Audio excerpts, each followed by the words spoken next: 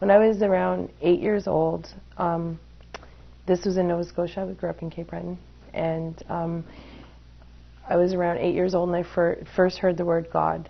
And I was outside playing, and the person said to me that God lives up in the sky. So I said, "Oh, really? You know, what does that mean?" So then, when I arrived in Toronto, when I was around 10, I had met this girl in my building that wanted to go to church. So I decided that, okay, well, let me go and find out, what church is all about. And even though I had a Christian background somewhat, but my parents don't really practice anything, so I just kept going to different churches, and I found that there was too many inconsistencies. So I always had that need, to learn, to know about my Creator, if there was a Creator. So when I was around 24 years old, I was in school, and I had met this young man, and I also had met, he was a Muslim actually, but he wasn't a practicing Muslim. So I also had met a girl in my class that was wearing full hijab like myself, and she had a face covering on. So I had asked her, why does she wear that on her face? And it looked so strange to me, right? So I said, well, can you tell me why you wear that? And she had explained to me that in Islam, the beauty of a woman, a Muslim woman, is something that is so honored and respected that we don't share it with everybody, so we conceal it. And it's also, backed up from the Quran that Muslim women have to cover. So I thought that was interesting. So then I said, okay, fine. I left it, and I had a relationship with this man at school. He was like a boyfriend. So I had later. I also had another friend. I'm not going to mention his name, but he was an Arab and he was Christian, and he thought, I guess at the time, that I was going to convert to Islam because I had this boyfriend, and even though I had no interest really about Islam, right? So he actually prompted me to learn about Islam, because he used to bring, he used to work at this gas station close to my neighborhood, and he used to bring me information protesting, going completely against Islam, saying that Muslim women are, I guess I should be honest and say exactly what he said, that are whores, and that they're allowed to have more than one man, right? And this is actually coming from the Quran, he said.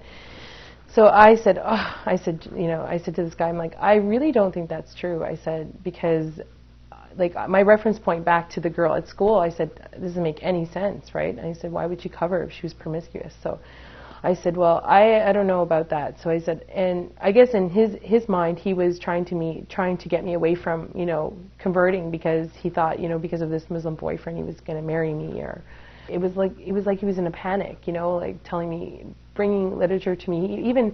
He would bring literature to my mother at the store and pass it up to my mother. So I said, I don't even want to read this. I said, I'm not interested in anything about this. So anyway, I just said, I got fed up, and that made me interested. So I decided to go to the mosque and find out about what Islam was. And to be honest, I didn't really find out too much from there. And I thought, from what I did learn, that he was wrong. There was nothing in the Quran that stated that Muslim women are allowed to be promiscuous in any way. So I thought my journey ended. But it didn't. It actually just begun from there. So I went back, and I later found out that I was pregnant for the Muslim guy at school, and but he had left me. So I was now 5 months pregnant, and I was on the subway going to this new school. And from there, I looked up. I was sitting on the subway, and I looked up, and I saw Salia, the girl that I had met with the full hijab at school before. And I'm like, oh, I said, hi, how are you? And she's like, fine. And I said, where are you going? And she's like, well, I'm going to this new school. And I said, well, what one? It just so happened that we were both going to the same school now. We became very good friends, and I learned a lot about Islam from her. And it was never, I wasn't really, before going to the masjid or the mosque and inquiring for myself. Islam just came to me now, and I became friends with her and a few other girls at school, and she would often invite me, to her house, and I learned so much about Islam. The character of a Muslim, and and also I found very interesting was that she actually memorized the Quran, which is like to me, just a book at the time, and it was like word for word, she memorized it, and I was like, wow, this is amazing. So I wanted to know, like, what was in this book? You know, what was so amazing about a book that someone would memorize word for word? And, you know, there's just so many things that, you know, that amazed me. And being around a Muslim person, a practicing Muslim person, do you see the beauty of Islam? And I don't know how to sum that up or give you one particular point, but I would go to her home and I would see how she would interact, how she would dress, how she would eat, even how she prayed. I mean, I was out with them numerous times where she would, you know, say, "Oh, Crystal, you know what? I have to go pray. I have to find a place to pray." I found that amazing. Like, you're just going to stop and it was winter time, you know, freezing, you know. And they were just a big support for me, especially at the time when I had nobody, you know. And to be honest, I still wasn't interested in converting to Islam at all. I just said, nice religion, but not for me. So, after I had my daughter, I started realizing, like, what am I going to teach my daughter? Like, what am I going to teach my daughter? Like, how am I going to grow my daughter up? I'm going to cry because it's emotional. So, anyway, and the guy, he never came back, you know. Like, he did after I had my daughter, right? He wanted to, like, I had inquired about him to see her, but so I didn't really know how to, you know, raise this beautiful baby that I had. So, and I remember back to how Celia was and how her parents raised her, and I just saw this, you know, another way of living, right? Other than my way, which was basically just you live and you do whatever you like in this world. You want to do this, you go do it. There's no direction in life. So I decided to look more into Islam at that point on my own, you know.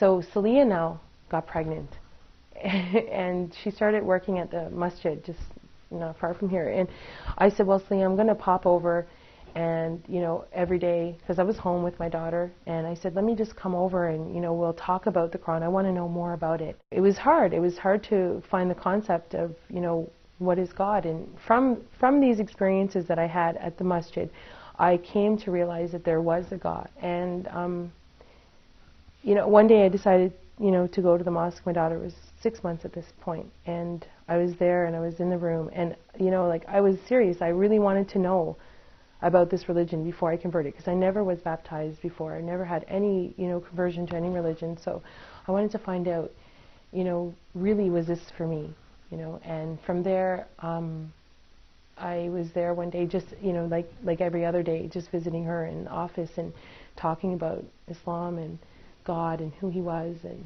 you know, what Islam can offer me and my daughter. And so one day there was a funeral of a baby girl, and from there I just thought, life's so short, you know, like, you have to really make a decision about where you're going. So I converted that day.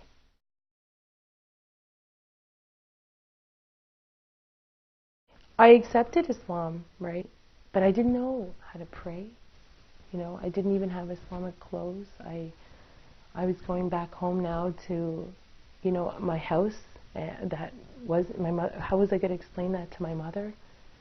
You know, and there wasn't a lot of support for the new Muslim, because I think, and it's not saying that Muslim people that are born in Islam don't care. I think they care a lot.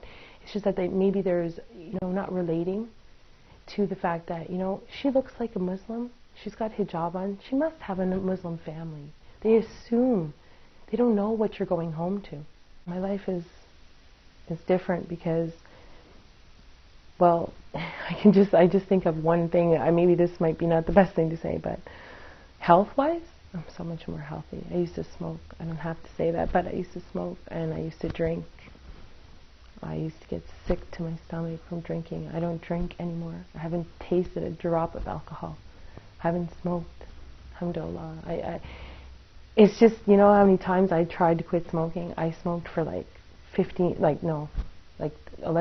years, and I tried and I tried and tried and tried. I am a successful non-smoker right now. And I just owe that to God, because there's no way I could have done it. Like, especially, with the support of the type of people I'm around, It's your environment, My environment is so much more healthy. I have direction in my life. I have more spirituality in my life. Like, I feel that I know why I'm here, Like, I wake up in the morning and it makes sense. Like, I actually know why I'm here on Earth.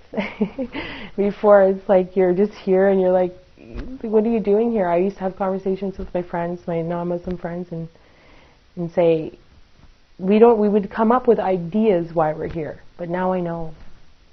That gives you direction. That gives you a lot of confidence, right? That you're not alone. And so I'm better spiritually, mentally, emotionally. My daughter, I see a future that is with God in her life, not like how I grew up.